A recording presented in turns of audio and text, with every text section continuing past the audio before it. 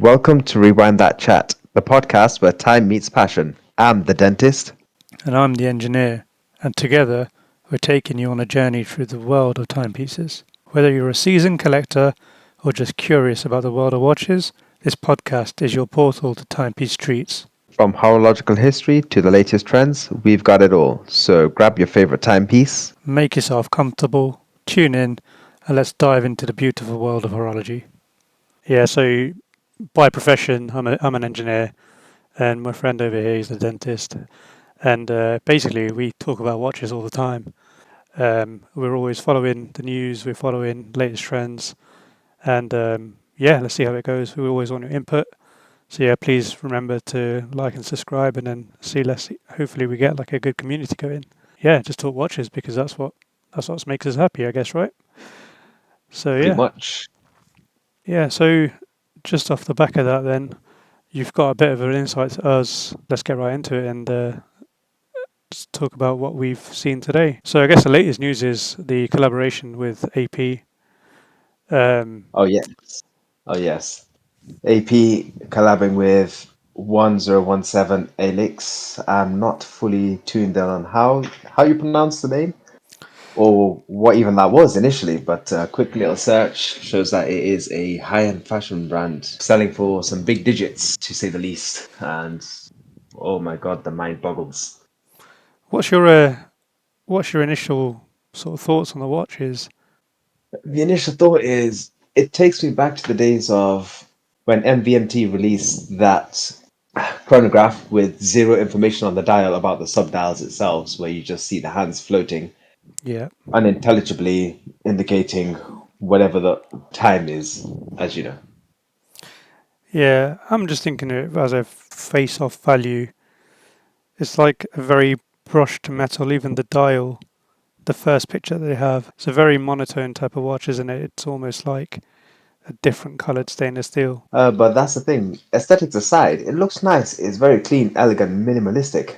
If you're talking from a functional perspective, again, the whole point with the MVMT, which I had a problem with when MVMT showed that, which is why I need to stop bullying that brand, by the way. How can you have a chrono setting without any information about each subdial? I got nothing against them. I just remember when they're first coming up.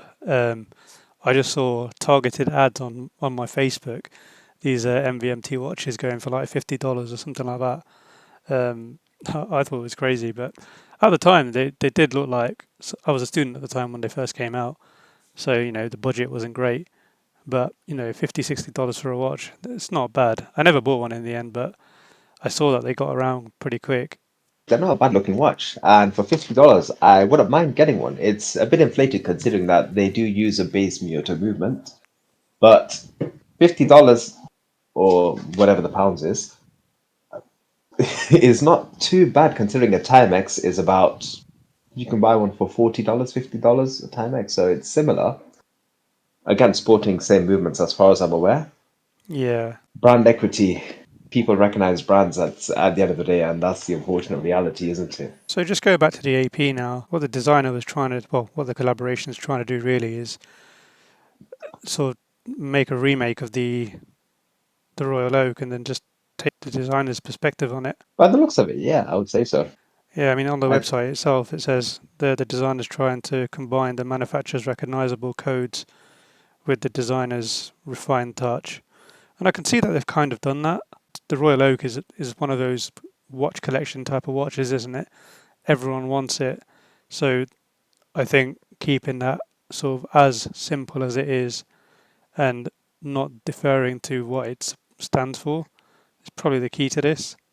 I see what you mean about the minimalism. It is, to be fair, it's nothing outlandish, nothing out there. It's quiet tone and yet still elegant and sleek.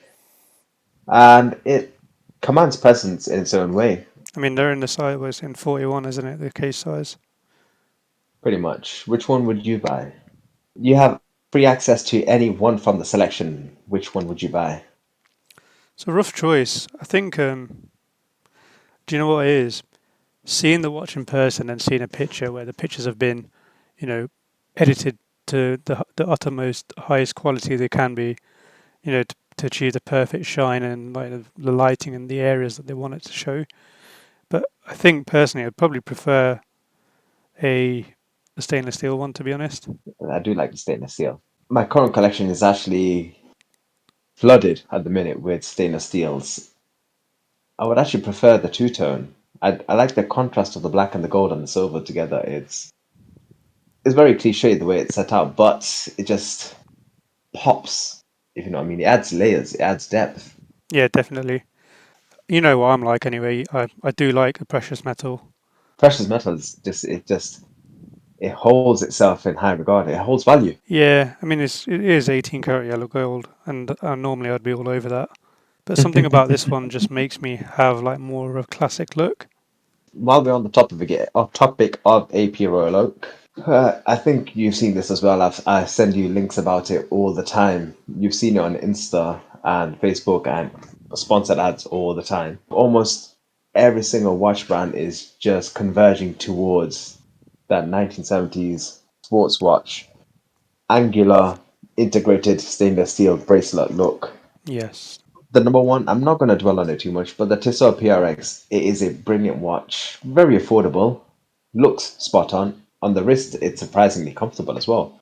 Yeah, the But again, PRX that is. I think the PRX is like a winner amongst a lot of people. It's like a good daily watch. You can wear it in pretty much any occasion, and it just looks great. I know you've got one. yeah, I've had more compliments on the PRX than I have on my Grand Seiko, Yeah, which it's nice, but at the same time, it's just makes me feel sad because that Grand Seiko was an accomplishment for me. yeah. But that's the reality of the matter. There's always another one that you could buy, right? We're both trying to achieve the grails. We won't reveal them in this episode, but maybe one of the next episodes we'll talk to you about our grails and what our plan is with them. Oh, exactly. Well, you know how it goes. Once you get the grail, the next grail will show itself soon enough. I don't know about you, but when I was younger, like I always thought I wanted a watch collection, and then sort of finished university, finished my studies, and I was like found myself only wearing one watch, and then it was only in the last few years because of you, I've You're I've welcome. I've decided to grow the collection. But It's nice I though when you have a collection, as long as I know everyone has their own takes on the matter. Some people prefer to have a singular look, for example, stainless steel white dial or blue dial, or even a gold with a green dial or black dial, but a singular look, but different brands. But yeah my take is same brand or different brands. I would say just try to diversify the aesthetic. And it's nice to have a collection with a diversified aesthetic. yeah I think so. It all depends on like the type of movement and the style that you like. I think you're very much more of a classic guy, while I think I probably like a little bit more of the modern stuff. I've seen that. I've seen that. Yes, I have.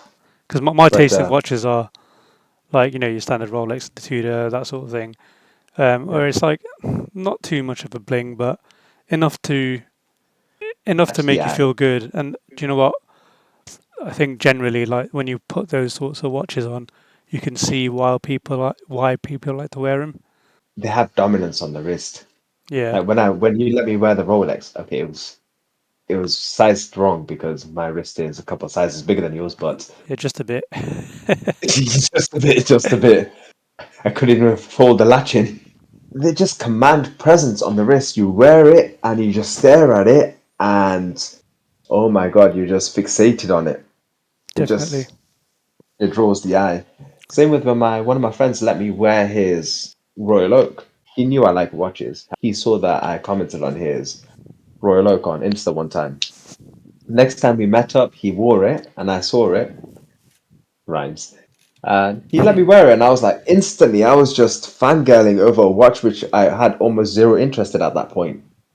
Initially, I wasn't a fan of the AP, surprisingly, Yeah, just because it just seemed too forced. The aesthetic seemed forced, is the best way I can describe it in my eyes at the time. probably put off by AP just because of how much it is around. Like people, I mean, okay, yeah, it's a different. It's one of those luxury brands that it's almost in your face for any watch sort of collector or sort of Instagram page or whatever it is. they're everywhere, and it's something that people look to buy. You know your standard Royal Oak, you're looking about 60K or something like that, aren't you? And that's one of the first ones people buy before they start stepping up over the 100K mark. Pretty much. You're actually spot on with that. Yeah, like that. But that's the thing is, it never caught on to me just because it just seemed too much a case of people want the watch because it's a big name, and that's about it.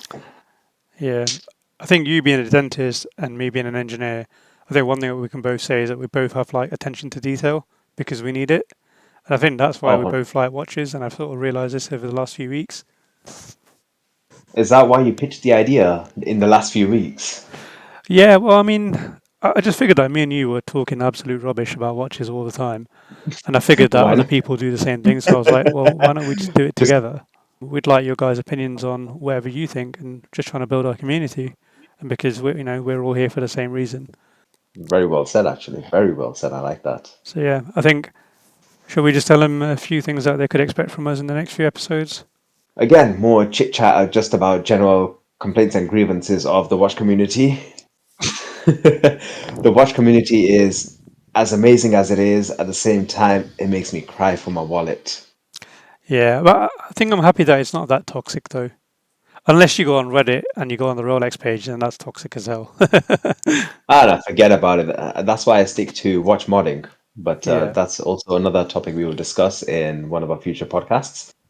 yeah, We'll of course discuss the Grail watches. We'll discuss any watches upcoming to the collection, and even exploring conversation outside of watches. Like, for example, we're both big gamers. My friend here, I'm not going to say what game he's like to play, but yeah, that is quite a discussion in itself. yeah. Well, more of a disturbance, to be honest. Yeah, I was about to say disturbance, but I didn't want to. So, Yeah, cool, bro. Right, I think should we leave it there? pretty much, I like the Cool. sound of that. Right, we'll So, leave it guys, there, man. peace. Nice talking to you again. Nice And talking again. yeah, We'll catch up next same time next week. same time next week. Yeah, so we are called Rewind That Chat. And yeah, let's hope we can rewind it and bring it back to you. Yeah, peace, Peace. peace guys. Take it Peace. easy.